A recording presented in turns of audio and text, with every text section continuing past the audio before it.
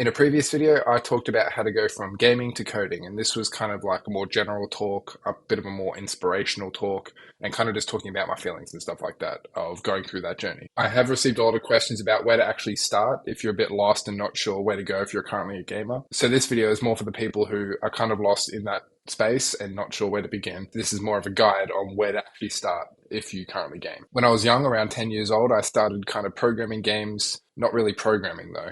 I was making games in a software called Game Maker, and that was kind of a drag and drop functionality type of deal where I could like drag items onto the screen. They were called sprites, and then I could, make the character jump and all that stuff, move around left to right, and I created like a platformer. And that was kind of my introduction to creating games. But then when I got to the more complicated stuff in Game Maker, that the drag and drop functionality didn't kind of extend beyond, I realized I needed to learn how to program in Game Maker, and I was really scared. I didn't really want to do it, and because it was really difficult, right? But I tried it and I was really horrible at it, and I didn't really continue a whole lot with Game Maker, but that was kind of my first start into creating games. I believe Game Maker nowadays, though, is discontinued. So if you do want to create games, I suggest you start with Unity and C Sharp, as I believe that is a lot more extensible. It goes way beyond just beginner-friendly stuff. It goes into more professional studio stuff. And on top of that, you learn a language like C Sharp. I haven't done a lot of Unity myself, though I do believe it is a good starting point if you are looking to create games. After I start with Game Maker, I did start creating Minecraft plugins, which was an extension on top of Minecraft because the server that I loved to play went down, and I just wanted to recreate that server and get all my friends back on that server. That never actually happened though as I intended it, but I realized throughout that process that I actually really enjoyed coding and developing stuff. The key part in all of this is that if you want to start learning how to program as a gamer, you want to build extensions on top of the games you currently play, or you want to build a game. So I'll reiterate that because I really do think that's important. If you want to start learning how to program as a gamer, you want to either build a game or you want to build an extension on top of a game that you already play. You know a lot about the games that you currently play. You're likely very passionate about them. And truth be told, there's probably APIs that can actually help you create extensions on top of the games that you currently do play. And so as you are playing this game, you probably, whatever it is, you probably think of these ideas that you'd like to see in the game that you currently play. So why not just start to create something on top of that that allows that functionality? You can also, of course, do the game route where you create your own game. But for me, the extension was a more natural progression as, I was already into Minecraft and I wanted to create an extension on top of that.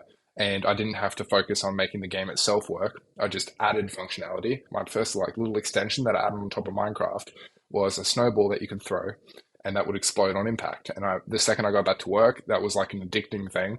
And I developed something a little bit harder and a little bit harder again. And I kept along that process. It just helps bridge that gap between gaming and coding because you're very interested in games at the moment, like I was. So if you can build an extension on top of the game that you currently really enjoy playing, then that's kind of like the bridge, right? It could be Minecraft for you as well, like it was for me.